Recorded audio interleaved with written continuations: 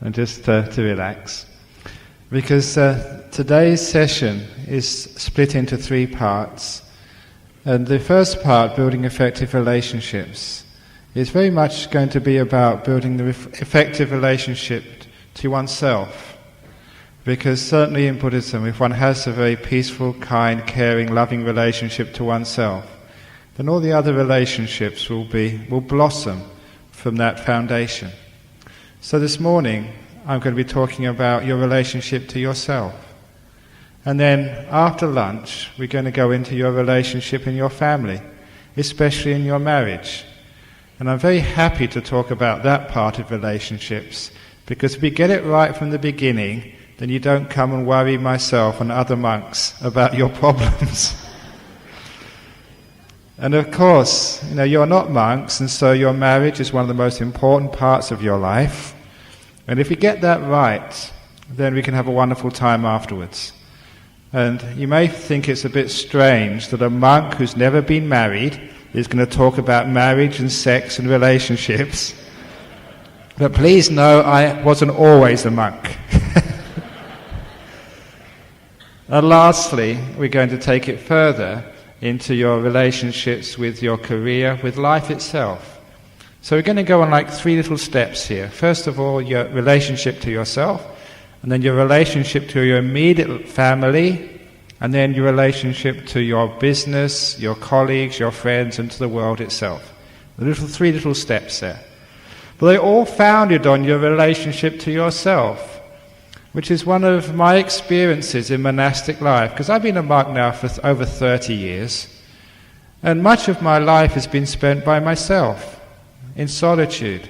I spent long periods of my life not seeing anyone, not hearing anyone. In fact, 2 or 3 years ago, I had a wonderful period of 6 months when I went on a retreat, and I never saw or spoke or heard from another human being for 6 months. It was a very wonderful time for me, a time of intense retreat. And of course some people think, how can you do that? 6 months without talking? I can't even manage 6 minutes, not even 6 seconds. Without seeing any other person, how can you do that? Even in prisons, when you have solitary confinement, it's not solitary at all, because you have to be visited by prison psychologists and guards and the governors of the prison. But certainly for a monk it was very much a solitary confinement for 6 months. But for me it was a wonderful time. But other times you see me, like today, in front of a huge crowd of people, where I'm relating in a big way to other people. So how can you do that? How can you actually have this beautiful relationship to yourself, so you're happy in solitude, and you're also happy in front of your friends? I think I've already given the answer there when I just said, now I'm in front of my friends. I've known many of you for several years now, and I can recognize you, and I say hello, and I know who you are, and you know who I am. So it's like just talking with friends, that's all. So that's why I don't get nervous up on a stage, because you're all my friends. Now you can see here that when you're by yourself, if you are a friend to yourself, then you have the foundation of a solid relationship to yourself. A lot of the time we aren't friendly to ourselves, and I've seen that often in the way that people try and meditate, because meditation is a core part of Buddhist practice, but I can actually see just the way that people approach their meditation sometimes are not friendly towards themselves. And all of the little defilements which are in their mind, they try and control them and get rid of them. Oh, you're so tough. You should be friends to yourself. Because if you're friends to yourself, even if you're friends to your defilements, all those defilements, they just vanish away. Just with that friendliness and the kindness. And it's actually that friendliness, that kindness, that compassion, that peace, that letting go, is the key to an effective relationship to oneself. You don't have to be perfect, I found, to like yourself. In fact, if you try and be perfect, you'll never like yourself. You'll always be trying to change yourself, trying to control yourself. You may know that in Buddhism, for those of you who know some of the traditional aspects of Buddhism, there's one person in Buddhism who's very similar to the Christian idea of a devil, and that fellow is called Mara. And I was always fascinating with this role, this concept of Mara in Buddhism. It was Mara who came to try and tempt the person who was about to be the Buddha just before his enlightenment, who tried to stop him becoming enlightened. But what really gave me a huge insight into what that really means is when I found out that in the Buddhist cosmology, in all the different levels of heaven, this fellow Mara is a chief of this very, very high heaven realm. And this particular heaven realm is the realm of those who wield power over others. To put it in common English, it's like the control freak in chief. And that's like what Mara is, the controller. And when I understood exactly what this Mara really means, this is a controller, the one who wants to manipulate, the one who wants to change, the one who wants to keep you in his power just by always wanting you to change and control things. I understood now what that really means. That's like a hatred. If you want to try and control others, it means you don't like them, you don't appreciate them, you don't really see their good qualities. And this comes with your relationships with other people, which I'll deal with later on this afternoon. How many of you want to change your children, want to change your parents, want to change your wife, your husband? It's one of those old sayings about a marriage. Just when a woman falls in love with a man and marries him, she wants to change him. She would think, she's got a few faults, but under my influence I can just tweak him this way and tweak him that way and get him just perfect. And of course, the thing is, he doesn't change. As you marry him now, that's the way he will stay. Actually, it usually gets worse. And no, it doesn't get worse. As for the woman, when you marry the woman as a man, you want it to stay the same. As young and as beautiful as she is now. But of course she doesn't stay the same. But the point is that if it's like a love like that, which is always demands perfection, and doesn't allow change, that means that there's no possibility there of happiness and peace. And it's the same with yourself. If you want perfection for yourself, you want to change yourself to be something different, there's no possibility of an effective relationship to yourself. So a lot of life is learning your relationship to yourself, to be more at peace with yourself, more accepting of yourself, even all the little faults you have, to be more acknowledging and more forgiving and more accepting, which is how you learn to be at peace with yourself. Sometimes that people in this world think that the highest gift, the highest gain you can ever get is peace of mind. And what actually is that peace of mind? Sometimes people think, you have to meditate for a long time, you have to be fully enlightened, you have to get into these deep states of meditation before you can be at peace. But the point is that no, you don't need to be so perfect to gain that peace of mind. To gain peace of mind, you don't have to change the world as much as accepting the world for what it is. It's more like an appreciation of things. I learnt this with my teachers in Thailand, who always would say that no matter where you go in the jungles, you will never see a perfect forest. Actually, when I went to Australia, I did start to see some perfect forests. I see some forests where all the trees were in straight lines and in rows, but they were planted by the forestry department. They weren't natural. But in a real forest, in a real jungle, as many of you have seen, the trees are leaning all over the place. There are some with their branches had fallen off. There are some which are diseased. There are some which are dying and some which are dead. And that is what makes the forest beautiful. If all those trees were in line, if they were perfect, straight, fully grown trees without diseases here or wounds there, it would not be beautiful.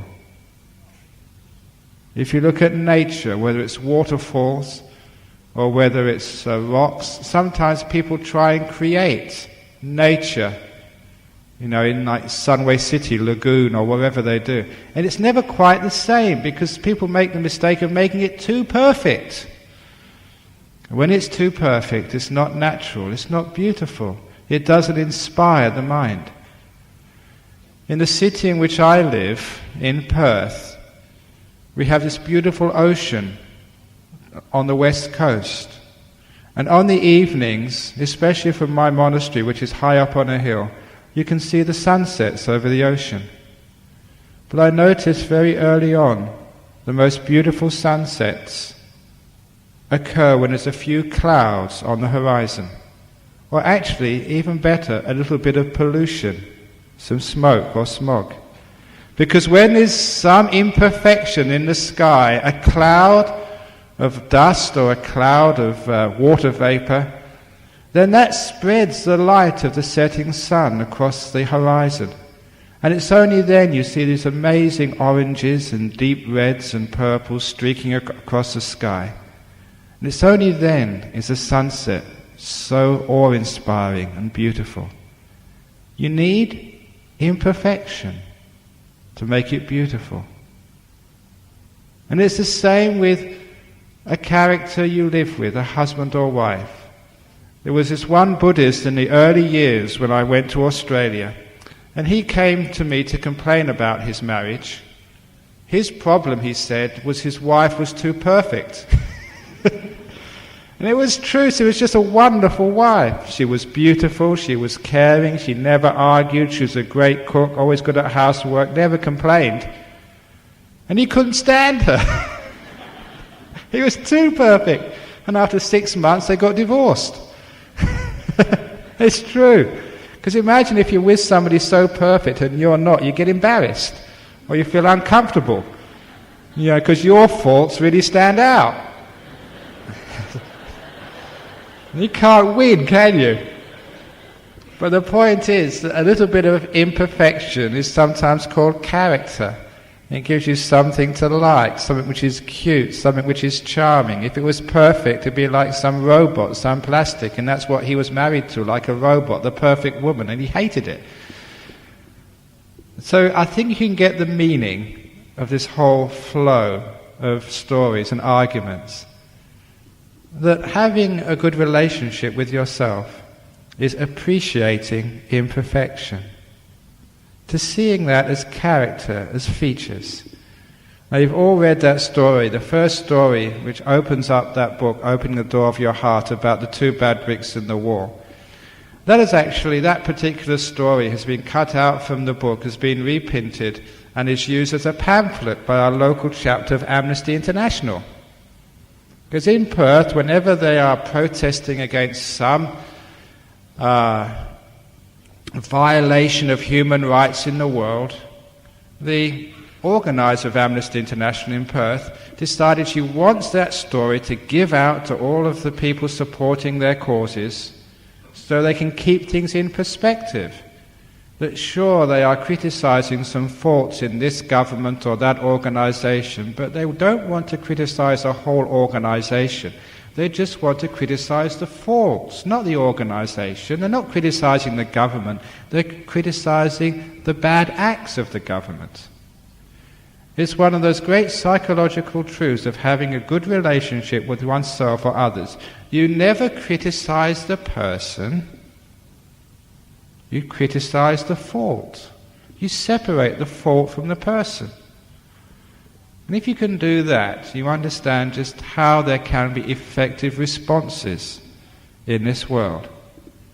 For example, you know from the stories in that book and from listening to my talks before, I spent a lot of time in my early years as a monk in Australia going to prisons and giving talks in jails.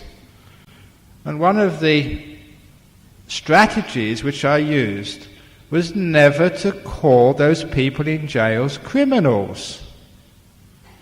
Because if I called them a criminal, I was being judgmental, I was summing up their whole life by the one or two bad things they did. And that was really unfair. Because sure, they had committed that crime, but they'd also done many other things in their life as well. So why define a person by one or two acts which they did, which only took up a minor percentage of all the things they did in their life? So I never called them criminals. I always said, you're a person who's done a criminal act, or maybe 2 or 3 criminal acts. But you're a person first, you're the criminal second. But you're the person first. So because I related to those people in jail, not as criminals, but as people who had done a criminal act, there was a much better way of communication. And that's why I was very successful. I say one of the compliments which I've got in my life, which I cherish, was when I was phoned in my monastery. I picked up the phone. It was one of the senior officers in one of the prisons in Perth. They wanted me to come back to give some more talks. I said, look, I'm abbot now, I'm too busy. And said, please come back. I said, why? There's other monks, other people going to the jail to help. I said, no, you come back. I said, why? And they gave me this wonderful comment. They said that, I've noticed, he said, I've been in this prison service for many years. All the people which came to your class, once they were released from jail, they never reoffended. Once they came to your class, they never came back to jail ever again. And that really touched me, because I know that many times if people get into the system, if they get caught and they go to jail, they reoffend soon after they get released. It's called recidivism. And that was a wonderful quote. It said, so please come back. And I thought, what have I done which other people didn't do? And I think that was the main thing which I did. There were people, not criminals. People who've done a criminal act. Now it's the same with you. When you have your relationship to yourself, how do you look upon yourself? When you think of yourself, who are you? Do you think of maybe those faults which happened to you, or the faults which actually you did, or the rotten things which happened to you when you were growing up, the painful experiences of your early life, or the mistakes which you've made in your life?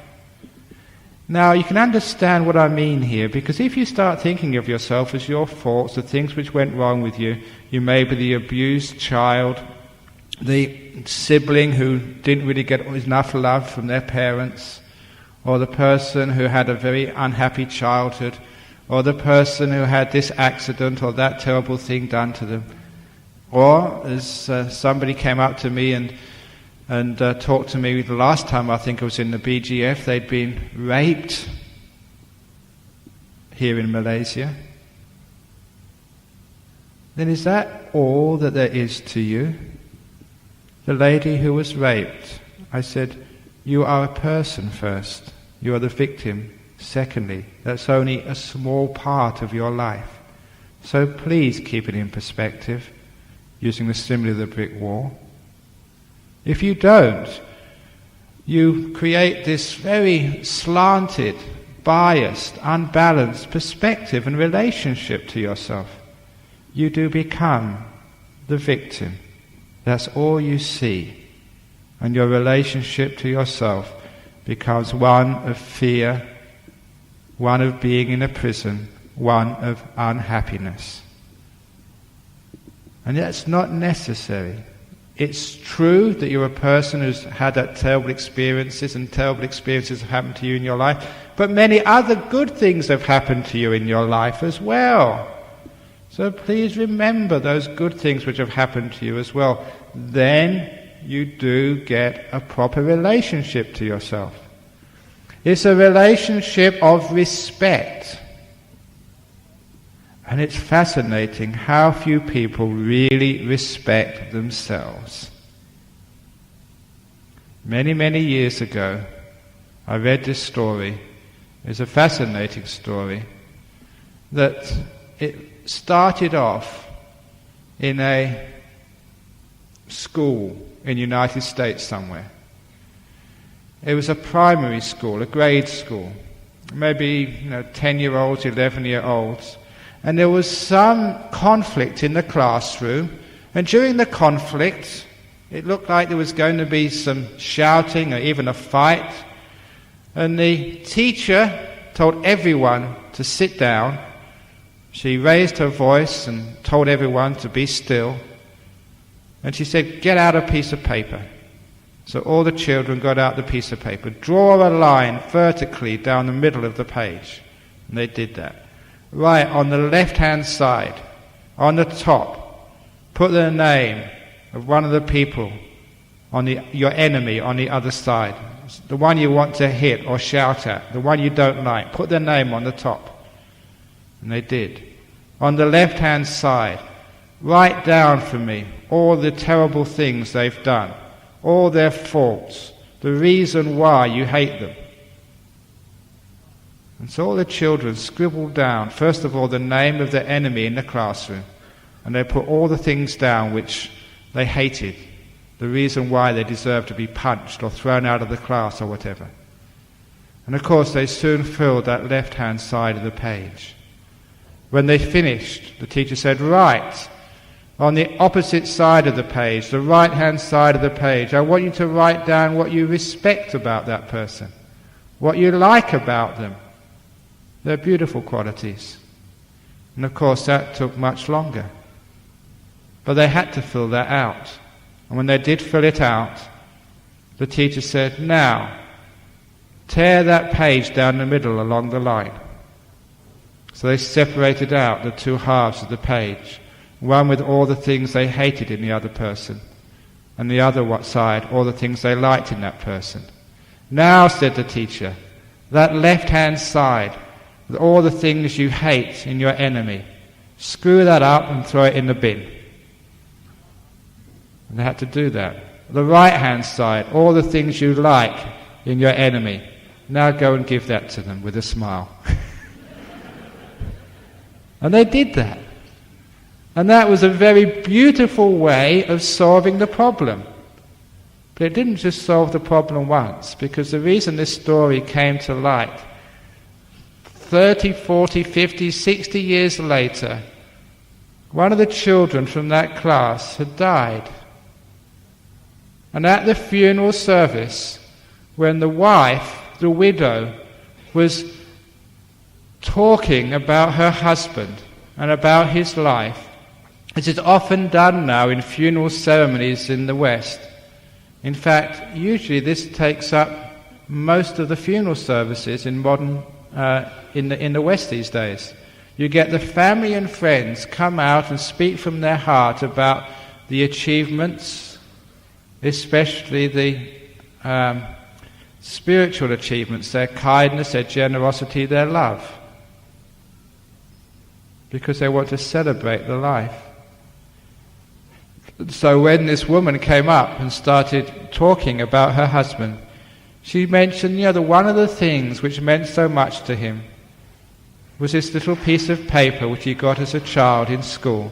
He keeps this in his wallet all the time, he said, throughout his life. Whenever he was upset or angry, either at me or the children or at the workers, he'd always get out that piece of paper and read it and remember the way to solve conflict. And also, whenever he felt depressed and upset about himself, he'd read out all the kind things his enemy had said about him. And he said that stopped him getting depressed.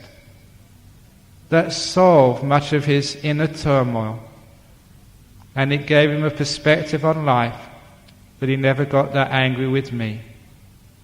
He said that saved his life, that little piece of paper, which he'd carried around for 50, 60 years, and she got it out to show the people in the funeral ceremony.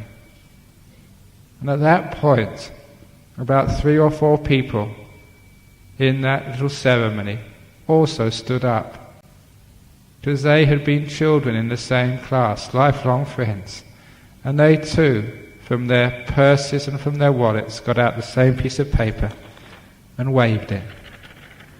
It meant so much to them as well.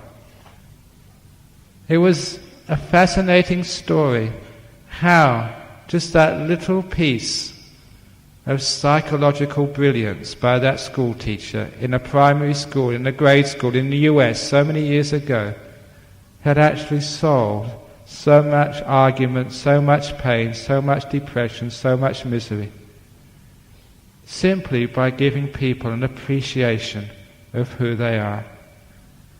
It's strange that why it is we just focus so much on our faults and what's wrong with us, and because of that we lose our confidence, we lose our peace, we lose our happiness, and when we start losing that, our relationship to ourselves goes so completely crazy that we either have to escape in drugs or alcohol or in depression. And as I will say later on, if you haven't got a good relationship to yourself, you can never have a good relationship with another person. So one of the important things is actually to appreciate oneself with all of your faults. You don't have to be perfect. That was such a wonderful realization in my monastic life, to realize you don't need to be perfect to be happy. And this is a teacher like Ajahn, who I grew up with. Sometimes he just wouldn't criticize you. You do something wrong and he'd just think it was funny. He'd laugh. I expected to be punished. But he would never punish you. He would just accept you. That was strange to me. But after a while of living with a great monk like that, I got the message. Just as he would accept me as I was. For example, I remember once going to him because whenever we needed anything, any requisites, because we were only small monks, no one would ever give anything to a small monk. They just give it to the great teachers, Ajahn. So if we needed anything, some toothpaste or a battery for our flashlight, we'd go to him and he'd have all these requisites and he'd give it to us. So on this one occasion, I'd run out of soap. So I went to his hut and I said, "Can I have some soap?" The point was, though, that I was just learning Thai. The Thai word for soap is sabu, but I said sapo. Very close together, but unfortunately the word sapo means pineapple. So he asked me, he said, "Pineapple? What do you want a pineapple for?" And I was just learning Thai, "No, to wash."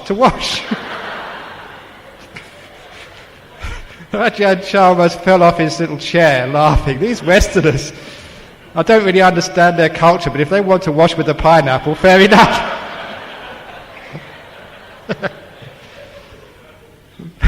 But he would never criticize you. He'd just make fun and have a good laugh. And I realized from that teaching, because Ajahn would teach by example, I realized that's the way I should relate to myself. So if I made a mistake, I would just laugh with everybody else.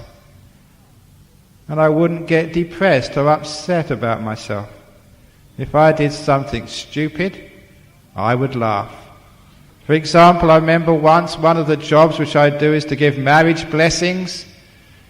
And this man came in with this young Thai girl once. And I said to this man, "Oh, are you the father of the groom?" He said, "I am the groom."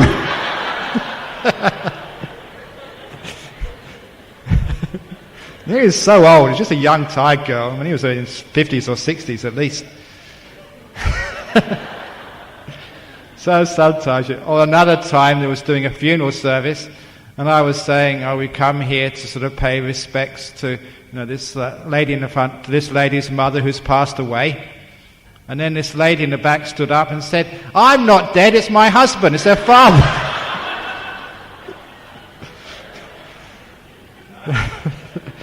So you make big mistakes like that, but who cares?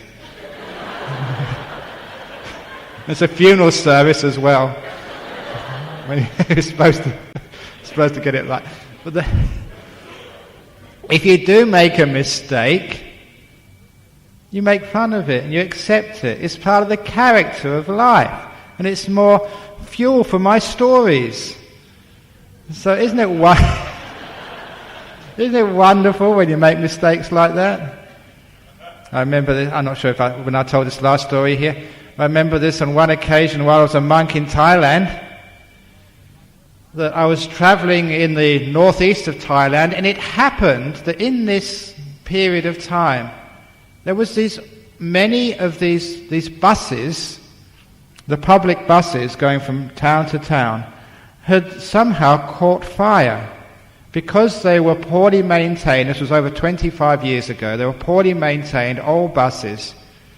Sometimes they'd caught alight very suddenly, and actually people had been caught in that bus and incinerated. And of course it made the newspapers. There's a whole series of these events. One of my fellow monks had been in such a bus. He managed to escape, but his bowl and other requisites had all been burnt. They couldn't get in there to get them out again. And so I was travelling in one of these buses one day, and suddenly because in Thailand you have to sit at the front of the bus, and the reason they put the monks in the front of the bus is because they think the monks have got good karma. So it means there can't be any crashes because your good karma is protecting everyone behind. Unfortunately, what that means is as soon as they get a monk in the front seat, the driver becomes very heedless because they don't care anymore, they've got monk insurance. And worse than that, sitting in the front, you can see all the cars coming straight towards you. It's scary. I remember in this one bus which was going from Chonburi into Bangkok, this guy saw I was in the front seat there, I was a monk there, don't need to worry, and he was driving, watching the movie on the camera. It was so dangerous. But obviously it worked, we didn't have a crash, but on this particular occasion I was in the front seat, and somebody shouted from the back, "Fire!" And the driver, he slammed on the brakes. As soon as it stopped, he didn't actually get out the entrance, he went out the window as fast as he could. And there was a monk sitting next to me. Now you know that how our rules in Thailand as a monk, we're supposed to be very patient and very calm. We're not supposed to actually rush out and touch females. But he was out straight away, he didn't care. And everyone was crowding out, and I was sitting in my seat. The main reason I was sitting in my seat because I hadn't read the newspapers, I didn't know all these stories about buses exploding into flames. The reason I stayed still because I was stupid, because I didn't know. But everybody rushed out, and I just said, "What's going on? What's going on?" And one person stayed behind. They checked where the smoke was coming from. It was just a cigarette butt, that was all. So they put out the fire, and everybody came in the bus again, because I was sitting in the front seat. As they came out, "Oh, the Arahat, oh, the great monk, oh, you're not afraid of death, oh."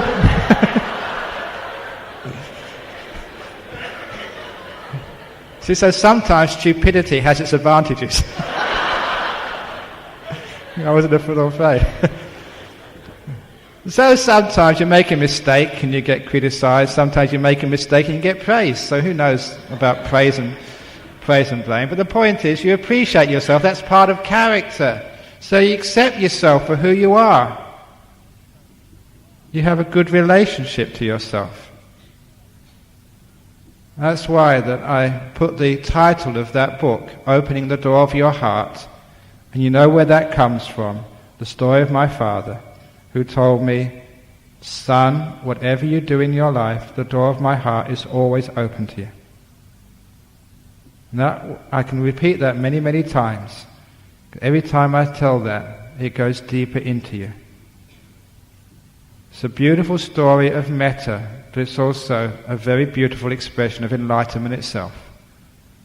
And here it's your attitude towards yourself. To be able to say to yourself, "Me, this little person's looking at me now, the person sitting in that seat, To be able to say to yourself, me, the door of my heart is fully open to me, no matter what I've ever done, no matter what has ever been done to me, no matter what I ever do, no matter what I'm doing now, the door of my heart is completely open to me. Now that is a powerful statement. And if you can follow the implication of that statement and do that to yourself, you find this amazing experience of unity, being one with yourself. It is called peace of mind. All that unfinished business in your life is now all finished. You're at peace with yourself, you accept yourself. With all of your faults and imperfections, now you accept yourself for who you are. It's called metta, it's called love, it's called peace, it's called freedom. It's how you get that wonderful relationship with yourself. I've been doing that for many, many years. If I give a talk and say something stupid, the door of my heart is open to my own stupidity. You know, when I first gave talks as a monk, this was in Perth, people would walk out, they were bored. I remember once giving a talk, there was only about 30 people to begin with, because they would ring up first of all. I was only the second monk. My predecessor was a monk called Ajahn. He gave brilliant talks. And they would ring up, who's giving a talk tonight? Ajahn Brahm. Okay, we're not coming. And those few people who did come, after a while, 5 or 10 minutes, oh, this is rubbish, they started leaving. So I remember one terrible talk I gave one day, and I thought, oh, Ajahn Brahm, never mind, you just can't do this. You haven't got the gift of giving talks. So I thought I'd find some other way to fulfill my life as a monk. But the point was, I was at peace with that. I didn't mind being a failure. And I think it was because I didn't mind, I became a success. You understand how success happens? When you're not afraid of failure. When you come across as confident, because you're not trying to please anybody or fulfill anything. You're just having a peaceful, relaxed time. When you actually can say to yourself, the door of my heart's open to me no matter who I am, no matter what I'm doing, when you can really be at peace with yourself, you know the secret of having good relationships with others as well. When you know how to love yourself unconditionally,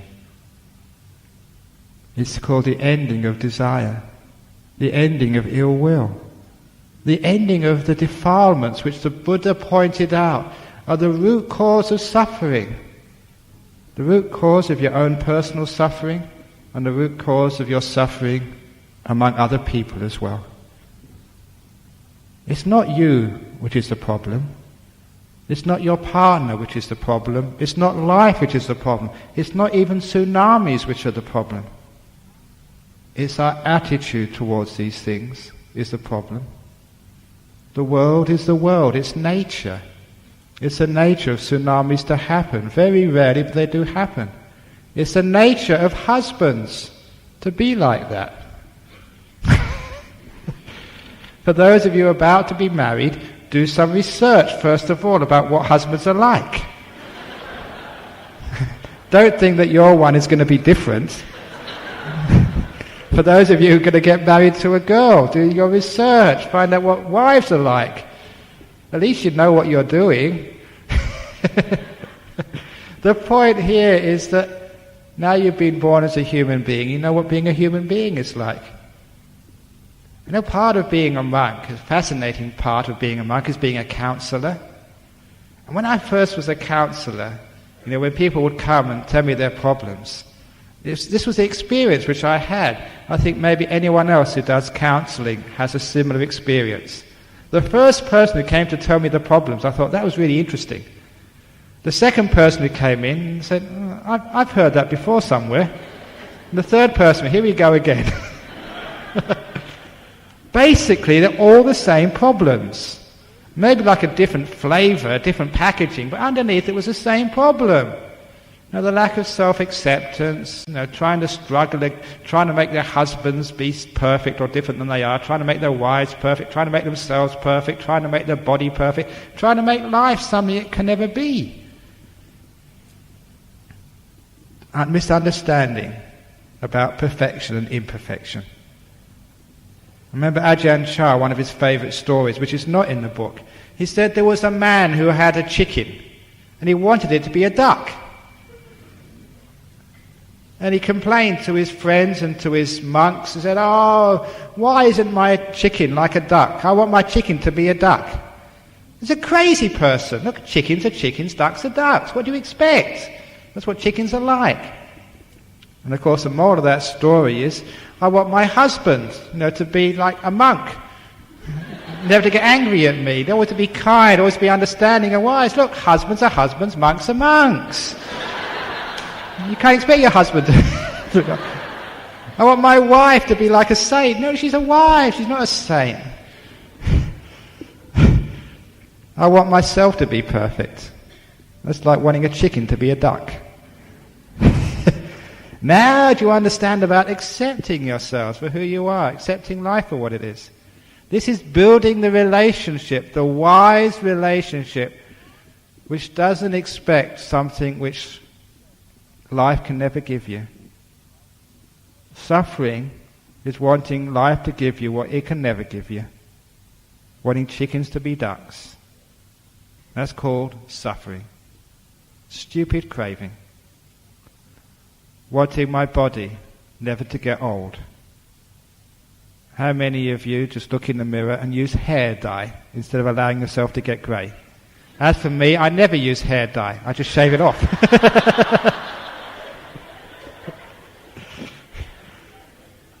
And just allow yourself to get old. It's wonderful getting old. You don't have to do so much. People don't expect, except if you're a monk. Trouble is, I've got a terrible career prospects for me as a monk, because I can't retire. In fact, the older I get, just the more invitations you receive. The older you get, the harder they work you. Look at the poor Chief Reverend. My goodness, he has to really work. But who cares anyway, you just enjoy it, you accept that.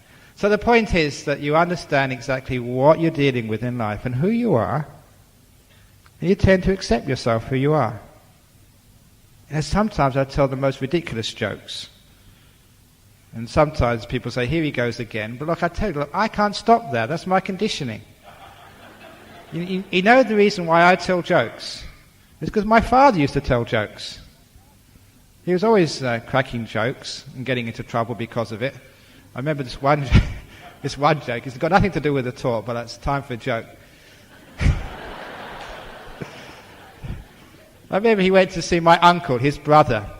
And he went into, my brother had a little cafe in Chelsea. And he went in there and said, "Oh, terrible news, brother. One of my friends at work," he said, he had this motorbike accident. And as soon as he went into to hospital, they realized it was very serious. He had to have an amputation of his leg. And my uncle said, "That's terrible." He said, "That's not half of it. Look what happened next. In a hospital, they wheeled him into the theatre because they were rushing. They cut off the wrong leg." And of course, as soon as they realized, the one which was really injured, they couldn't leave that on. They had to cut that off as well, so he lost 2 legs. And of course, he sued the hospital, got a good lawyer and sued them, but he lost his case. He didn't have a leg to stand on.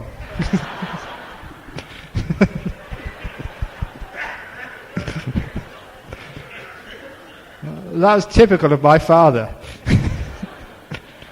So it's just conditioning, that's all it is. So if you complain about me telling bad jokes, it's not my fault. It's all good. I accept myself who I am, and that's it. So when you're at peace with yourself, you accept yourself for who you are. This other joke he used to tell me, and this is a bit naughty one. He said, what fun does a monk have? He would say, and he would smile and say, "None."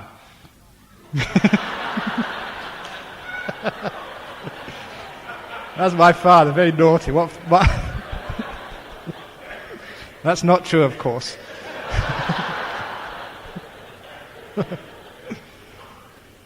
So when you accept yourself as you are, when you're at peace with yourself, you've got this wonderful relationship with yourself. If you make a mistake, as I learned as a school teacher, if you do something wrong and people laugh at you, because as a school teacher, sometimes you're going to make some sort of mistake, and when the class in front of you starts laughing, you laugh as well. Because then the class is never laughing at you, they're laughing with you. And it's so different. It's a great piece of advice I learned as a school teacher, but of course I use that in my daily life now as well. If I make a stupid mistake or say something wrong, I never get embarrassed. If it's funny, I laugh as well. What's wrong with laughing at yourself? And that way, the world never laughs at you. It only laughs with you. Isn't it a wonderful way of living your life? Of having a good relationship with life and with yourself? So if you do something stupid, you just laugh. And that way you become more at peace with yourself. You have a relationship with yourself. What you're doing is like through wise attitudes to life, all these negative emotions which you have in life, things like depression, fear. What is fear anyway? Fear is like fear of screwing up. That's why public speaking, people think, if I say the wrong thing, I'm going to be in big trouble. No, if I say the wrong thing, it's great, have a good laugh. If you say something stupid, then people find it very funny. And you don't need to see expensive psychologists or psychiatrists or therapists. As I was saying just in the introduction there's some of these motivational psychologists who come to hotel rooms like this, and they charge a huge amount of money. The only difference between them and me is their haircut and their suit. It's the only difference. But you are actually getting these amazing teachings which actually work.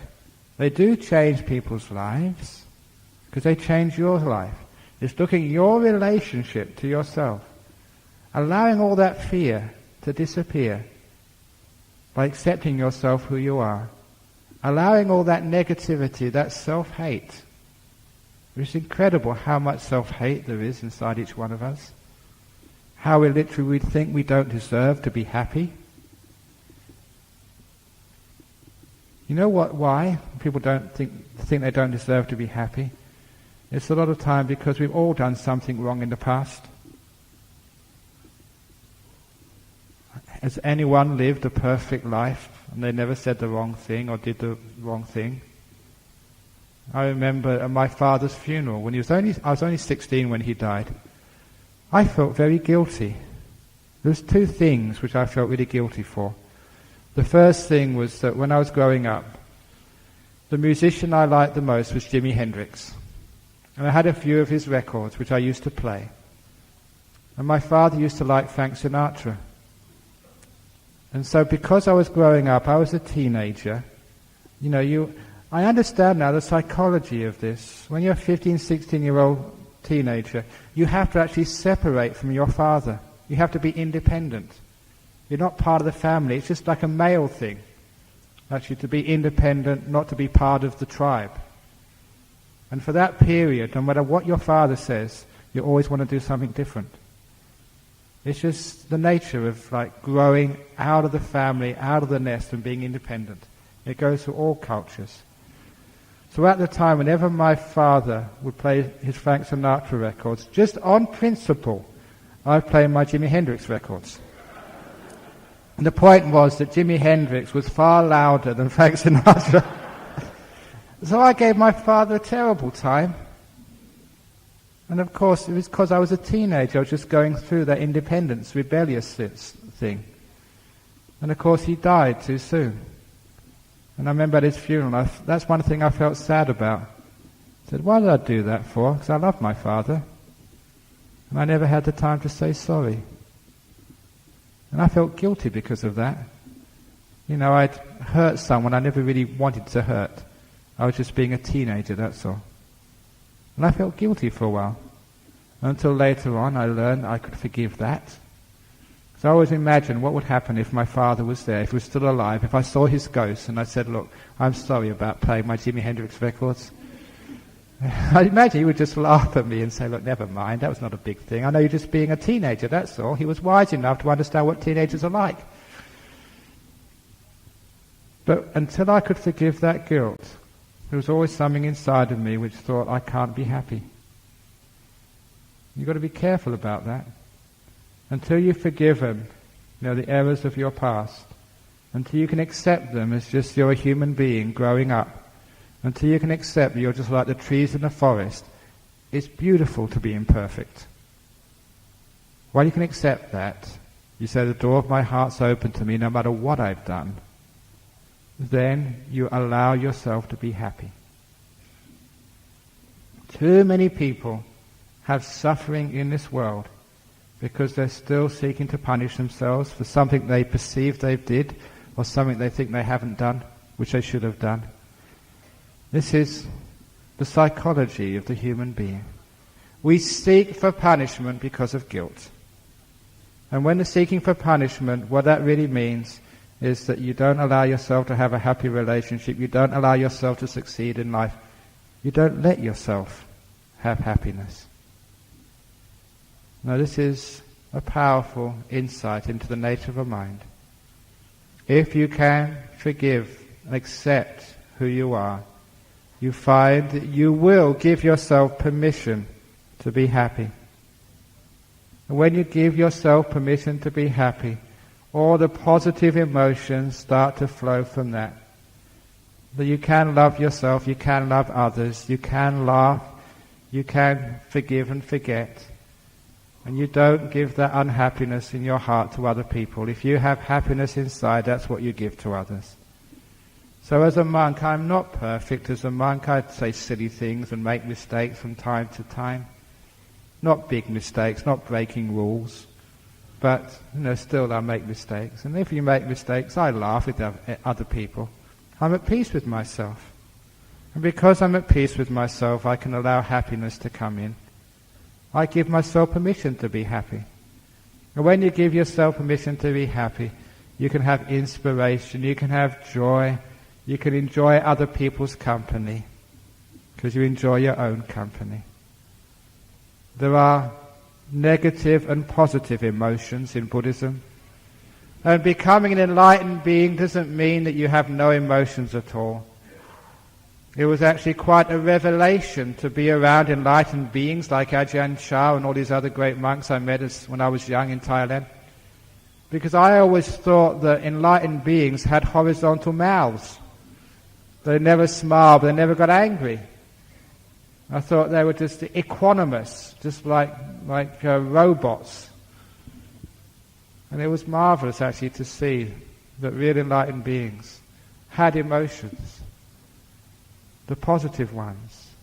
They would laugh, they would smile, they had love, they had inspiration. But the negative ones, they had all disappeared.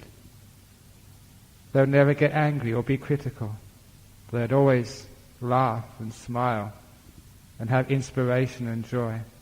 All the positive ones were what was left. So imagine that's you. All the negative emotions of fear, depression, anger, anxiety, panic, all those have gone because you've allowed life to be, you accepted yourself for who you are. All the positive emotions take their place. You become a happy person.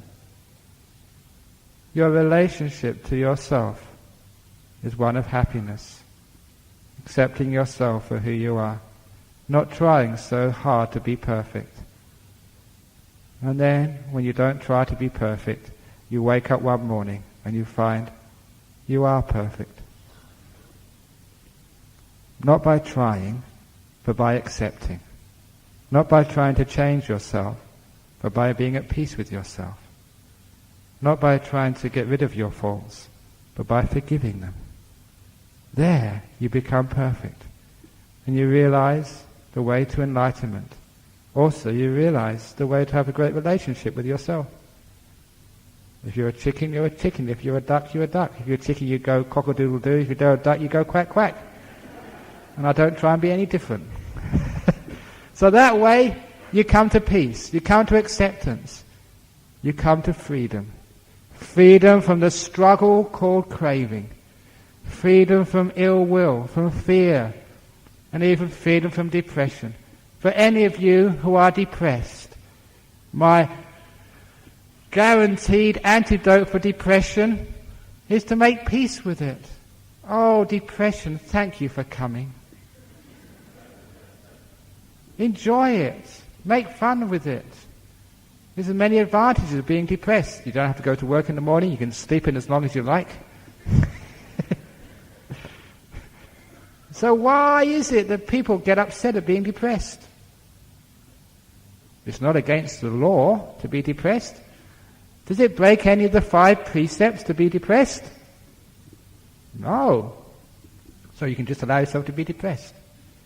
If you allow yourself, the door of my heart's open to depression. This is just an example. You find the depression disappears. When you accept and appreciate depression, then the cause of depression has been undermined and goes. The reason why people get deeper into depression, because they get depressed about being depressed. I don't want to be depressed.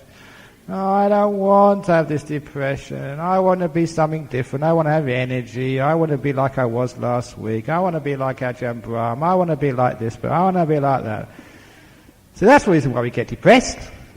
Because we want to be something different. So next time you get depressed, the door of my heart's open to you. Depression, come in. Welcome. If you can do that, you find you don't get depressed. You undermine it. The cause of it, the power supply is turned off. An example about acceptance, the relationship you have with yourself. If you get that right, the whole world becomes perfect. You can live with anybody. You can live with yourself. You can live with your husband, your wife, no matter who they are. And you can live with your children. You can live with your friends. No matter who you are, who you're with, you can have a wonderful life. You don't have to change the world, just have to change yourself. Not really changing yourself, but change the way you look at yourself. Attitudes, that's all it is. And that is the way to build an effective relationship to yourself, first of all. You get that right, and all the things we're going to talk about after lunch all come into place. So, that's enough for me. Now is a time for questions. So what I was saying, building effective relationships to yourself. Are there any questions to be asked now? And you've got the microphones over there. So if you have, those of you who want to take a quick toilet break, it's a great time to have a quick toilet break. I hope it's only a toilet break and you're not going out forever because you're upset at what I said. But if you are, the door of my heart's open to you. So is there any questions now about the effective relationship to yourself? Ladies and gentlemen, those of you who want to ask questions, please position yourself behind the microphones, one after the other, so that the waiting time from one question to the other will be minimized. All right? So take your turns, one after the other, behind the microphones. Questions?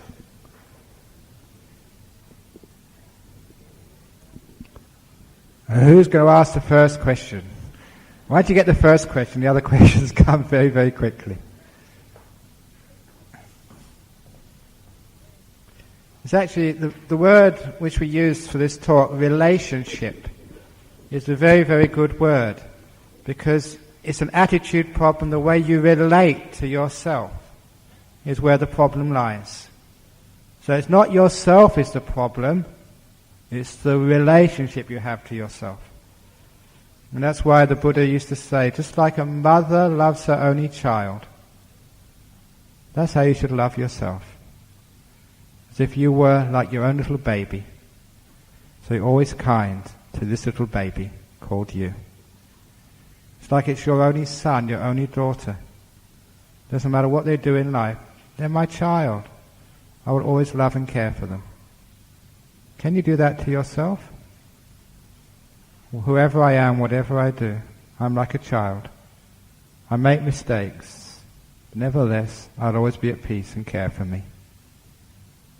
That's getting a good relationship to yourself.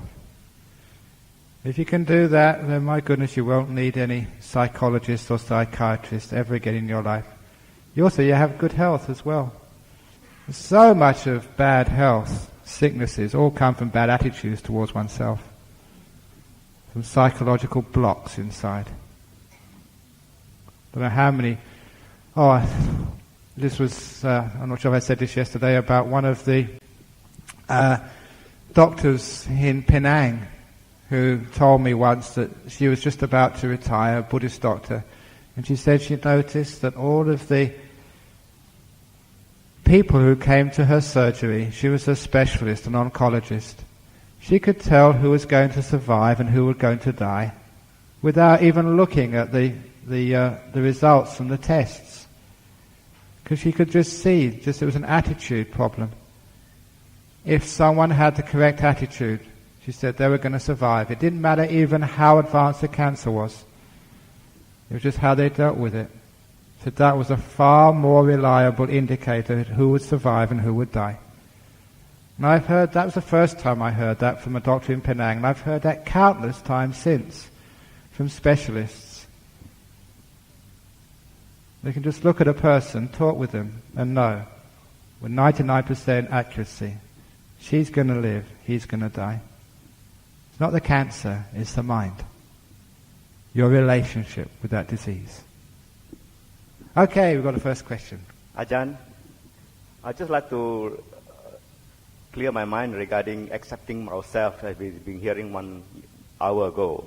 Is this accepting ourselves in any way related to contentment of what we are? So, could you repeat the question? I didn't quite catch the first part.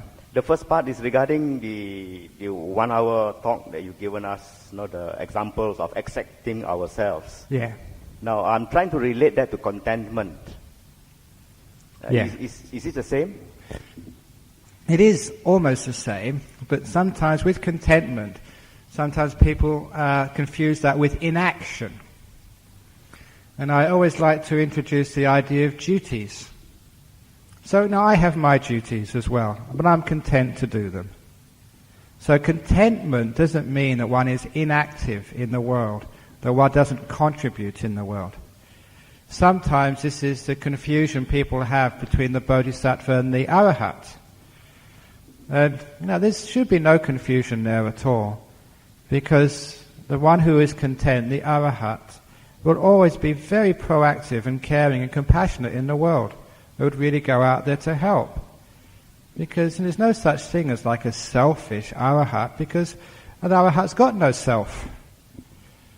They've abandoned that sense of me. And so real contentment will be very proactive in the world.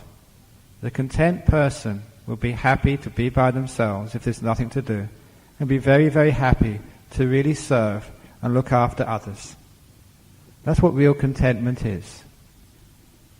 Does that make sense? It does. Thank you. Okay, very good. Because sometimes that people say, I'm a Theravada monk, I'm supposed to be selfish. I'm supposed to be just looking after my own enlightenment. But what am I doing all the way from my home here in Kuala Lumpur, working really hard all day?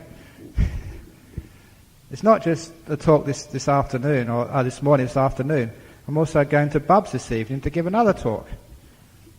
So I think I should start a union for monks. To stop me working too hard. But I don't mind. I'm doing my duty and I enjoy it. So I'm content to work hard. So that's what contentment is. Yeah. Hi, morning. As when you related your story to us about your dad, how do you forgive yourself when you did something wrong, and then after that, just within 1 week, someone close to you passed on? Yeah. Can you actually speak a bit louder? Because it must be the bad acoustics. I can't hear up here on the stage. I'm sorry. As when you related your story about your dad, how do you forgive yourself? How do you accept yourself? Forgive yourself. Forgive? Oh, forgive yourself, yeah. It's amazing that to forgive yourself is the easiest thing in the world to do. However, people find it very difficult because in our societies we're always very fault-finding, and we think people need blame and punishment. They have to work off their crimes. However, there's nothing in Buddhism to say you need to be punished for anything you've done. The whole point of dealing with bad actions or bad speech is just so people don't do it again. So the whole idea of being punished is not really important. As long as you become a better person, you learn not to make the same mistake again. That's enough. So we don't need to punish very often. But sometimes, because we feel if we don't punish ourselves, we'll repeat the action. That's why we don't want to forgive ourselves. We're afraid that forgiveness would mean that the bad action is repeated again. The truth of the matter is that if you forgive, you are less likely to repeat the bad action. Not more likely. If you forgive, you say your partner in life who sort of mistreats you, if you really forgive them and show them a lot of love rather than anger back, the chances are that after a while they'll stop repeating those bad actions. And the same is with you as well. If you don't forgive yourself, because that you have the lack of good relationship to yourself, you're liable to repeat bad actions or bad speech. But to the other part of forgiving yourself, which is also important, which is another key to being able to forgive yourself, is to be able to see something inside of you other than your mistakes, to see something inside of you worthy of forgiveness. Because, you say you take someone like, in the West, like Osama bin Laden. Mr. Bush says no way should he be forgiven, because he can't see any redeeming features in that man. He can't see anything worthy of forgiveness. However, if you pay a little bit of attention, do some research, you find that there's no person in this world who's all bad. Everybody has got some part to them, some redeeming features, which if you can only see those redeeming features, their goodness, it becomes worthy of forgiveness. The story of my brick wall makes that very clear. When I could only see 2 bad bricks, I needed to destroy that wall. I could not forgive it or let it stand. But as soon as somebody pointed out there was more to that wall than the mistakes, then I could accept it. I literally forgave that wall. Same with you. If you've made a couple of mistakes and that's all you see, forgiveness becomes an impossibility. There's nothing worthy of forgiveness there. It's a rotten me, and I want to destroy me. If you can see the good qualities in you, then you can forgive. Like the story of that man in the primary school who had to put down the bad qualities of his enemy and also the good qualities, and then give those good qualities, only the good qualities, to his enemy. It showed each person there was something worthy of forgiveness, worthy of friendship, worthy of love. And because of that, there was harmony in the classroom and harmony in life. If whenever we have a conflict, if instead of demonizing our opponents, which happens in wars and conflicts, if the Iraqis could see something beautiful in the Americans, and the Americans see something they could really, really, really respect in the Mujahideen in Iraq, then there could be conflict resolution, there could be friendship, and the whole thing could actually be solved. We could forgive once we see something worthy of respect in our adversaries. In the same way, there can be resolution of inner conflict once you see something worthy of respect inside yourself. Does that make sense? Yeah. Okay. Yeah. Ajahn Brahm, is there a limit to one's stupid action such that you can forgive yourself? If that's the case, like for example, a killer, can he get peace with himself? If he does, that means we don't need a physical jail for him. Yeah, true. I told that story last night about forgiveness and jails and and hell realms. Because I'd recently been to Java, and on the great Buddhist monument Borobudur, there were many carvings. And one of the carvings which I noticed there was a Jataka tale of a man who had just pushed his mother over, had hit her. And that's a very, very bad karma to actually to hit your mum.